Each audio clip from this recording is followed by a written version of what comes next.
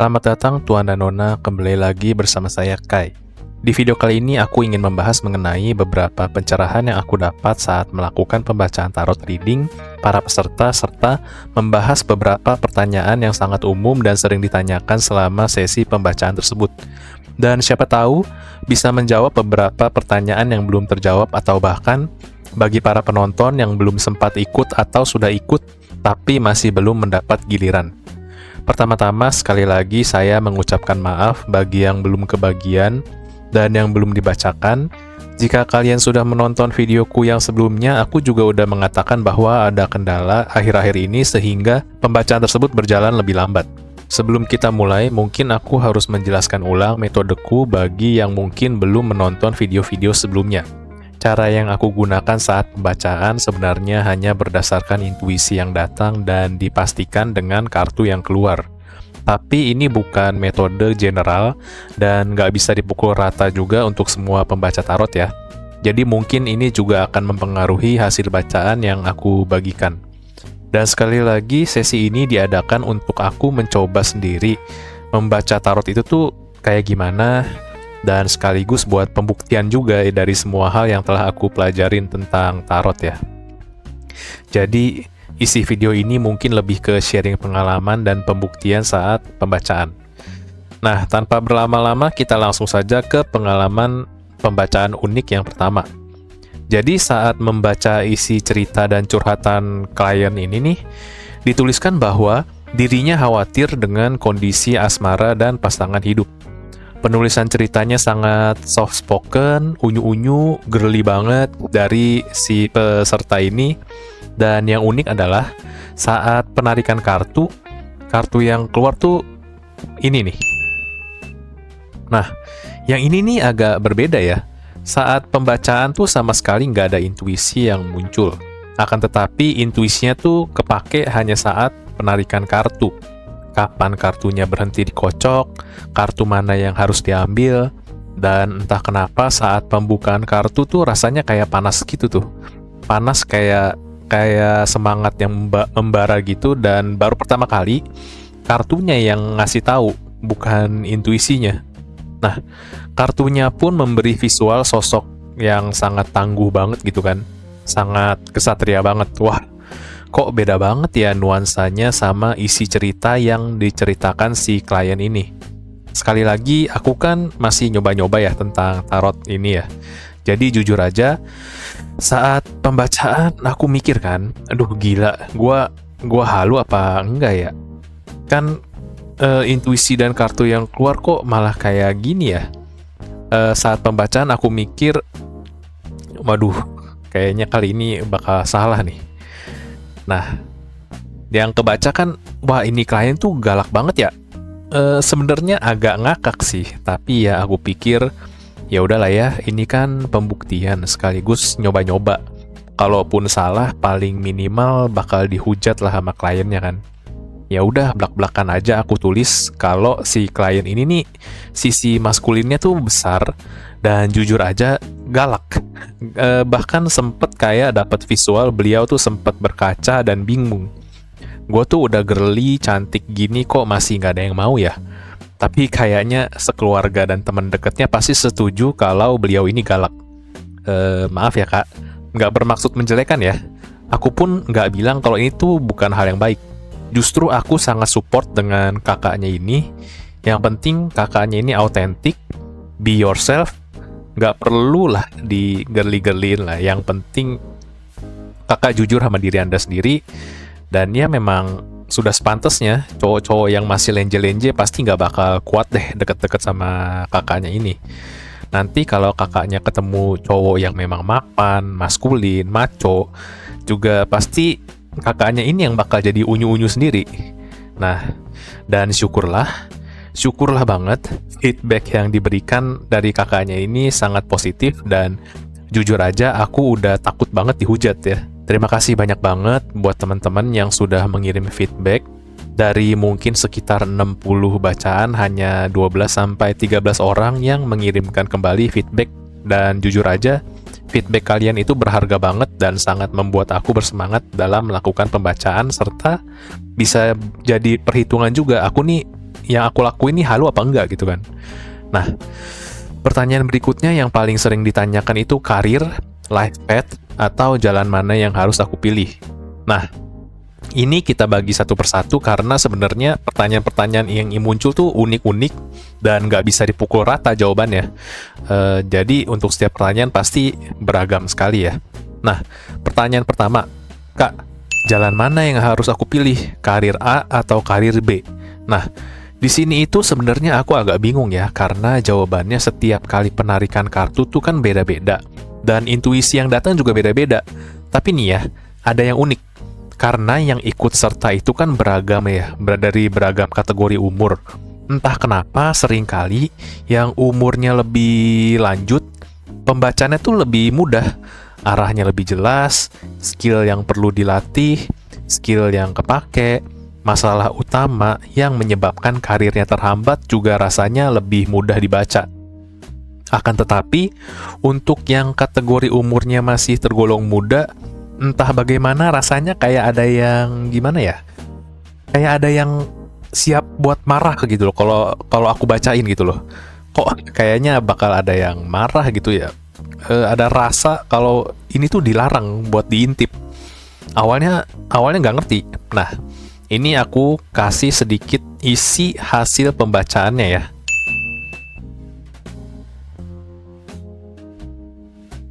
Dan ini dikirim tanggal 16 November 2025.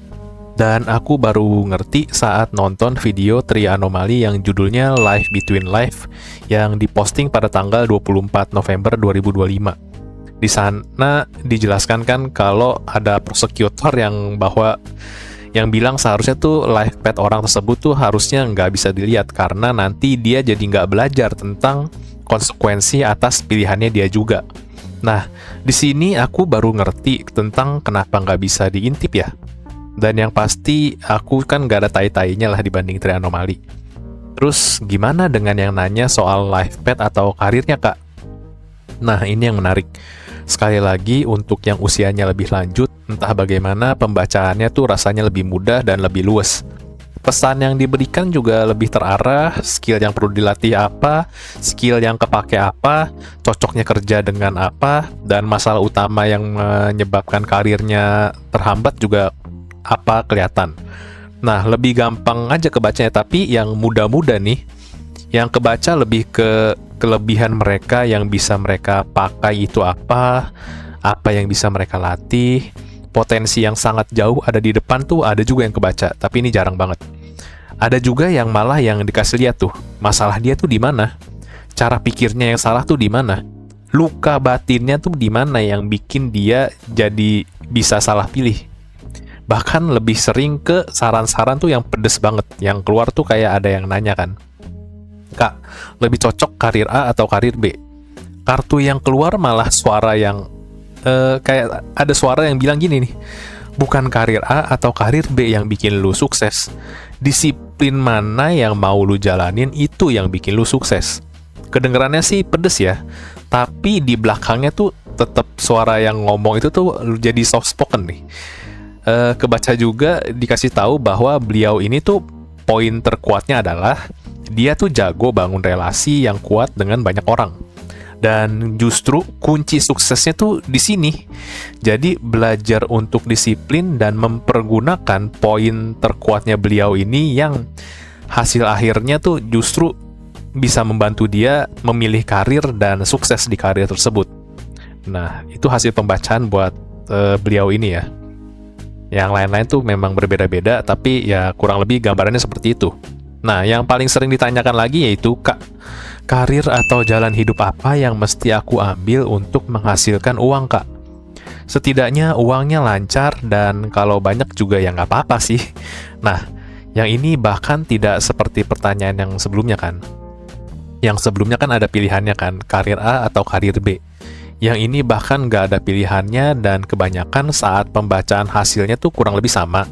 Untuk umur yang lebih muda, jawabannya kurang lebih sama kayak tadi, apa yang bisa dilatih, apa yang harus diasah, dan untuk yang lebih tua sekali lagi lebih mudah dibacain.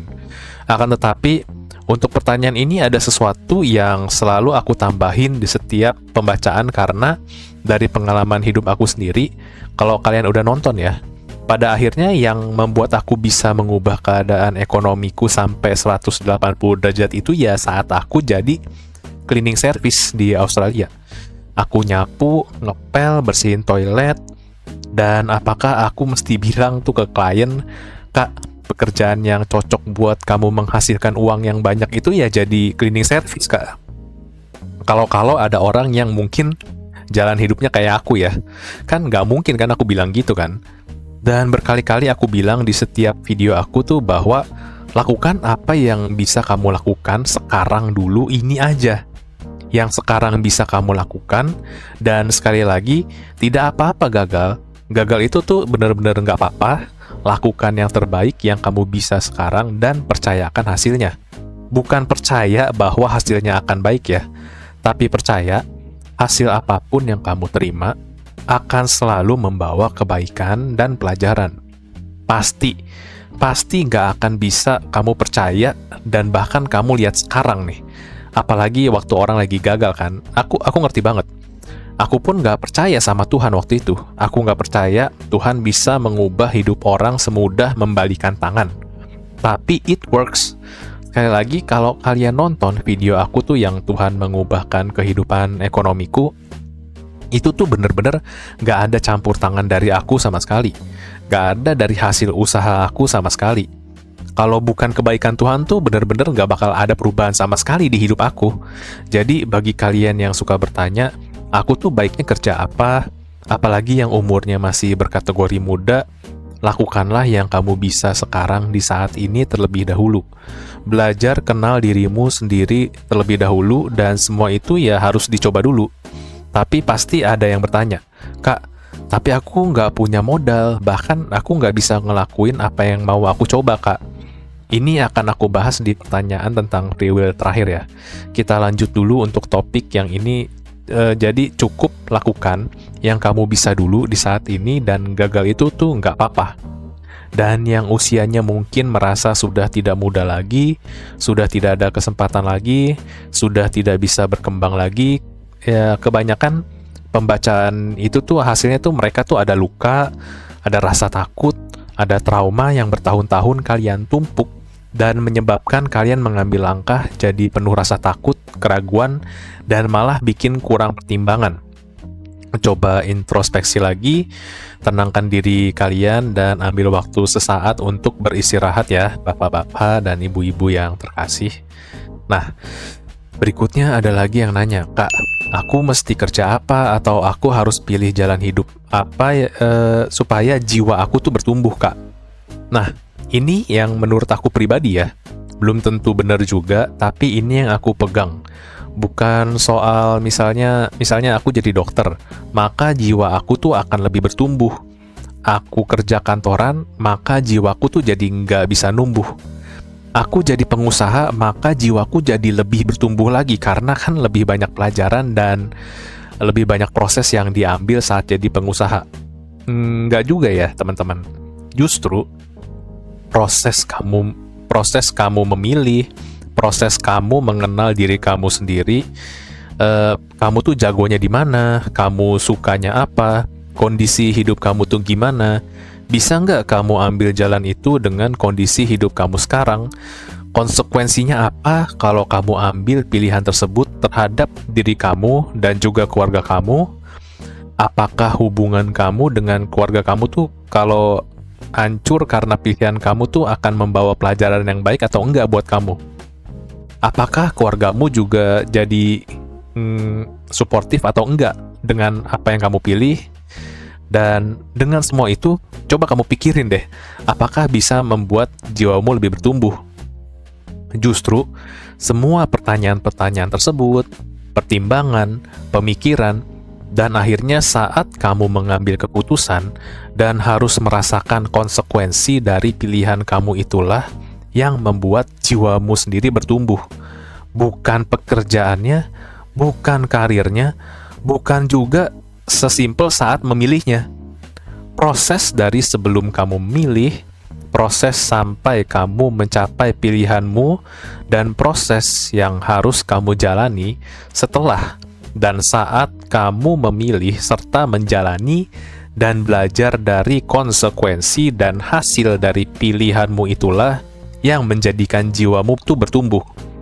Jadi jangan lagi bertanya pilihan mana ya yang membuat jiwa aku tuh tumbuh. Justru semua baik yang kamu jalani, bahkan yang kamu tolak untuk jalani adalah pembelajaran yang dapat jadi pelajaran untuk jiwamu bertumbuh.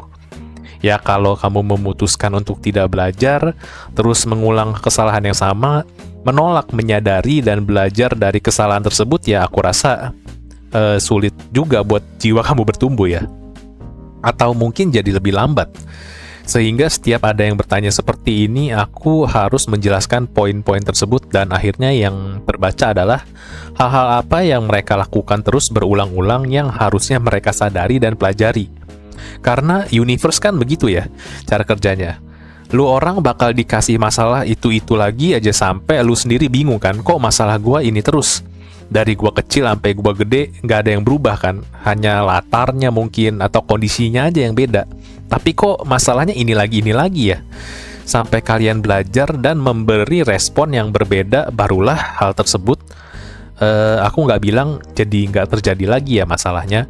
Justru saat kalian sudah belajar dan memberi respon yang berbeda, saat masalah itu datang lagi, kalian bahkan nggak akan notice itu sebagai masalah. Seperti kerikil di pinggir jalan yang kalian lalui tanpa kalian hiraukan, disitulah saatnya kalian sadar bahwa, oh, akhirnya aku sudah melewati checkpoint dan pelajaran yang harus aku jalani. Dan nggak apa-apa ya, mungkin udah puluhan tahun kalian jalani, it's okay.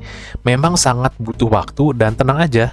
Kalian bukan manusia yang gagal kalau kalian terus-terusan berkutat di masalah tersebut selama bertahun-tahun. Hanya saja memang ada yang harus berjalan sangat lama karena memang jiwanya tuh butuh itu. Hal yang kalian pelajari secara singkat juga kan seringkali tidak memberi makna atau bahkan terukir di jiwa kalian kan. Jadi tenanglah dan jalanilah satu persatu secara bijaksana, seimbang dan adil antara hati dan pikiran kalian. Oke, pertanyaan berikutnya yang sering ditanyakan lagi yaitu apakah boleh kerja sesuai passion? Karena kerjaan aku yang sekarang sama sekali nggak sesuai dengan passion aku, tapi aku takut nggak menghasilkan uang jika aku menjalankan sesuai passion. Nah, untuk hasil pembacaannya sebenarnya kurang lebih sekali lagi sama ya, baik yang muda hasilnya begitu, yang usianya lebih lanjut hasilnya begitu. Akan tetapi yang selalu aku tambahin jika sudah membahas tentang passion ini tuh kunci utamanya, pertama, harus kenal dulu apa yang diinginkan dan dibutuhkan oleh tubuhmu, pikiranmu, dan jiwamu. Saat semuanya sudah sinkron, barulah kamu benar-benar kenal apa yang kamu mau, apa yang kamu inginkan, dan apa yang kamu butuhkan. Passion kamu apa, dan saat kamu melakukannya secara seimbang, barulah kamu bisa melakukannya dengan disiplin. Karena disiplin inilah kunci utamanya dalam menghasilkan uang, bukan passionnya. Aku sempat berbincang dengan beberapa guru dan contohnya Kak Willy sendiri pernah bilang kan, passionnya itu kan musik. Tapi saat musik dijadikan pekerjaan, ya jangan harap hati bermain gitu kan. Karena semuanya kan udah profesionalitas, bukan dilakukan dengan passion lagi. Dari pengalaman aku sendiri tuh, aku sangat suka sekali menggambar kan. Dari kecil aku belajar gambar, ya walaupun nggak bagus-bagus amat sih. Suatu hari aku memberanikan diri untuk membuka commission di sebuah platform internasional, sehingga bisa dapat klien-klien yang internasional juga. Menggambar adalah sebuah passion di mana setiap aku melakukannya tuh aku merasa bahagia dan bersemangat. Akan tetapi, ternyata saat dijadikan pekerjaan semuanya jadi berbeda. Memang gaya menggambar aku kan lebih ke semi-realistik ya. Dan saat itu juga sedang butuh uang, jadi semua offer tuh aku terima. Dan offer yang masuk tuh bener-bener bukannya bikin aku semangat, yang ada membuat aku mempertanyakan hidup dan kehilangan semangat. Coba kalian bayangin, Dakimakura, kalian tahu Dakimakura kan? Bantal guling anime, dan ada klien yang request tolong buatkan Dakimakura NSFW, dan karakter yang ada di Dakimakura itu Shrek. Iya, Shrek. Kalian tahu kan Shrek? Yang monster hijau itu tuh. Dan dalam kondisi NSFW. Ada lagi, tolong buatkan Dakimakura NSFW, makhluk yang terbuat dari roti. Iya, dari roti. Dan dia kasih referensinya dari karakter yang ada di sebuah animasi sebuah negara yang aku nggak perlu sebutin ya. Dan ada lagi, tolong Kak, buatkan gambar wanita yang sedang berhubungan dewasa dengan selembar roti tawar. Kebayang nggak tuh? Roti tawar gitu kan? Kenapa coba? Gila, bener. Gue pas bikinnya tuh bener-bener nggak ada kebahagiaan sama sekali. Tapi juga lagi butuh uang kan? Jadi fuck lah, passion. Tapi apakah semua yang aku lakukan ini ada artinya? Apakah semua yang aku lakukan ini dosa apa enggak ya? Apakah semua yang aku lakukan ini membuat aku berkembang? Tapi kan tetap butuh uang ya. Pada akhirnya kembali aku bertanya, apakah benar jika dalam mencari uang itu harus sesuai passion? Pada akhirnya setelah bertahun-tahun dan akhirnya bekerja sebagai cleaning service di Australia, aku bertanya pada Karin Kanrin dan The Anomaly juga mengenai karir ini. Dan kurang lebih jawaban mereka sama, yaitu yang tadi aku bilang, kenali dirimu dulu, apa yang dibutuhkan dirimu, tubuhmu, pikiranmu, dan jiwamu. Saat kamu kenal semuanya, lakukanlah dengan bijaksana, seimbang, dan penuh perhitungan. Setiap pilihan ada konsekuensinya, tapi apakah kamu siap dengan konsekuensinya? Dan kunci utamanya tetap adalah disiplin. Contoh, aku sendiri membuat YouTube ini, membuat reading tarot gratis ini juga kan nggak menghasilkan apa-apa ya. Tapi tuh ada rasa yang berbeda. Contoh, saat aku reading sampai subuh, padahal kan harus bangun pagi lagi. Waktu malamnya kan pulang, aku tuh pengennya rebahan, nonton Netflix, nyantai lah ya, kan udah capek seharian. Tapi kok rasanya kosong ya? Istirahatnya tuh nggak membuat aku merasa ke recharge lagi setelah lelahnya seharian itu. Tapi pas lihat email kalian yang memberikan feedback, rasanya tuh api semangat dan rasa lelahnya hilang. Rasanya tuh kayak seger lagi aja gitu. Akhirnya bukannya istirahat ya, aku lanjut reading lagi. Baca-bacain kisah kalian, dan tiap hasil reading aku berusaha sebaik mungkin, dan kalau aku rasa nggak bisa kasih jawaban yang bagus, aku ambil waktu buat berdoa dulu sekian lama, baru aku coba ketik lagi. Ya jadi mohon maaf banget kalau kalian merasa kelamaan nunggunya. Ada yang ceritanya hampir 30 paragraf, ada yang pertanyaannya bisa 12-13 pertanyaan. Oleh karena itu kadang sehari juga cuma bisa satu readingan doang. Dan pastinya yang udah terima juga pasti tahu aku selalu kirim di jam 1 atau jam 2 pagi karena ya memang baru selesai jam segitu. Tapi rasanya benar-benar fulfill banget, recharge banget, dan malah jadi cara aku buat beristirahat. Mungkin itu yang bisa disebut passion kali ya. Aku juga nggak takut salah, karena kan yang aku bilang ini kan masih coba-coba, jadi buat membuktikan aku halu apa enggak kan ya. Aku juga nggak takut apakah ini bakal menghasilkan uang apa enggak. Bener-bener rasanya tuh bebas, dan pastinya ini bukannya aku mau kalian ngelakuin apa yang aku lakuin ya. Setiap orang pasti punya skenario hidup yang berbeda. Tiap reading yang bertanya tentang hal ini juga hasilnya tuh bener-bener beda-beda banget. Hanya saja ini contoh buat kalian. Passion itu tuh kayak gimana sih? Seimbang itu kayak gimana sih? Perhitungan itu seperti apa sih?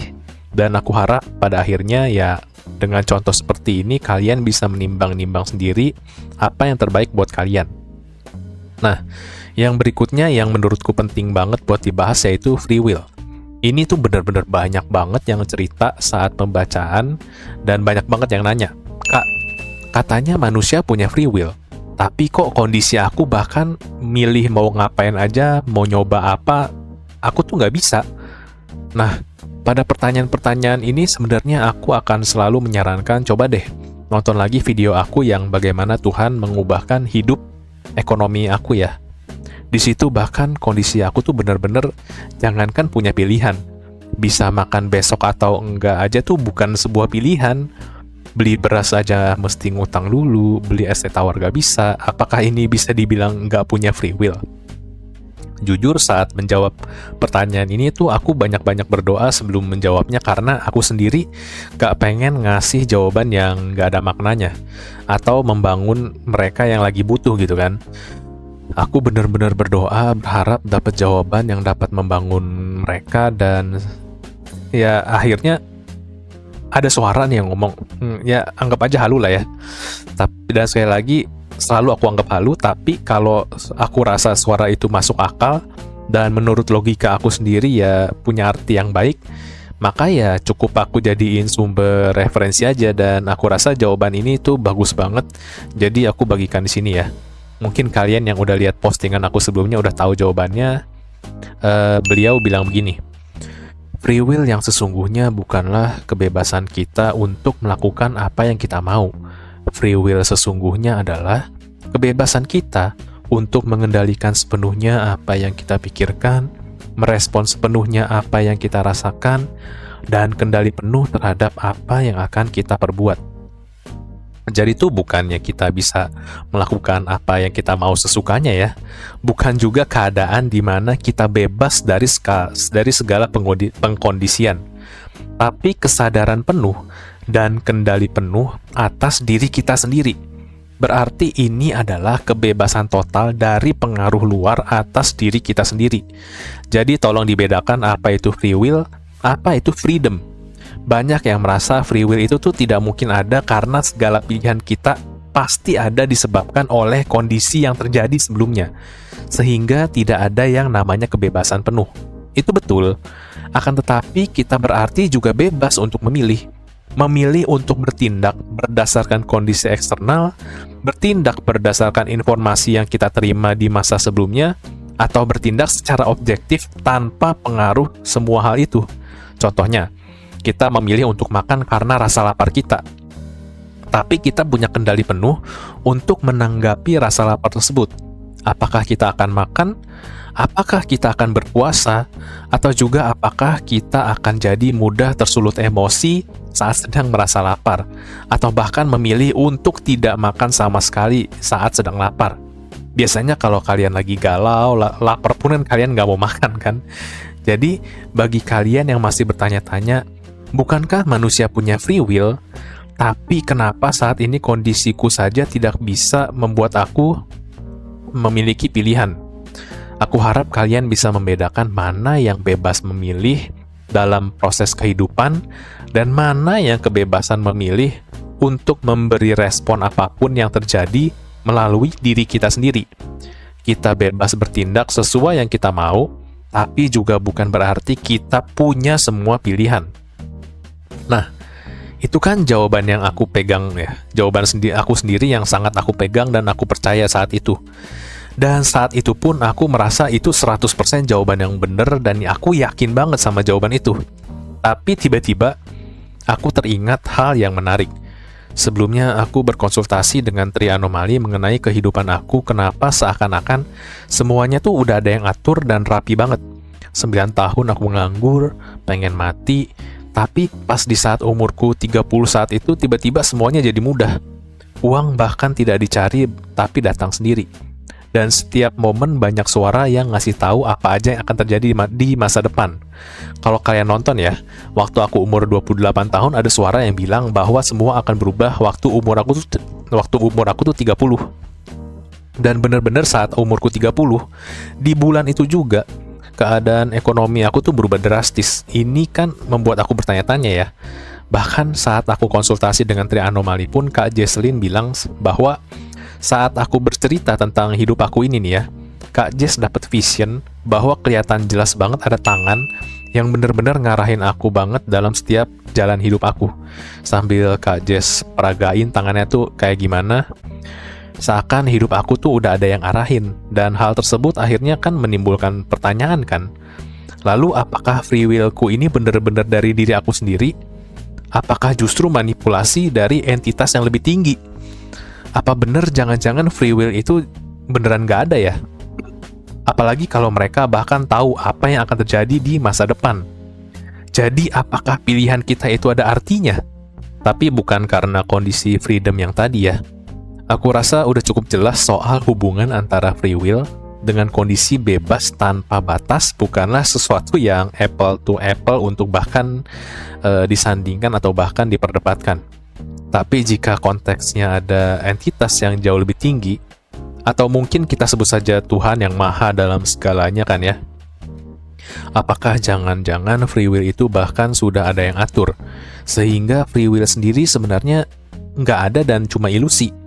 Nah, untuk menjawab ini, aku bertanya pada beberapa guru, teman, sempat berdoa juga, dan mungkin aku sempat nanya ke orang yang pernah kalian sangat kenal juga, dan bagaimana jawaban mereka akan aku bahas di video berikutnya supaya lebih rapi dan tidak keluar dari judul video yang sudah ditentukan, supaya kalian juga bisa menyerap dulu apa yang ingin disampaikan di video ini, dan supaya nggak pecah-pecah fokus yang pengen disampaikan ya.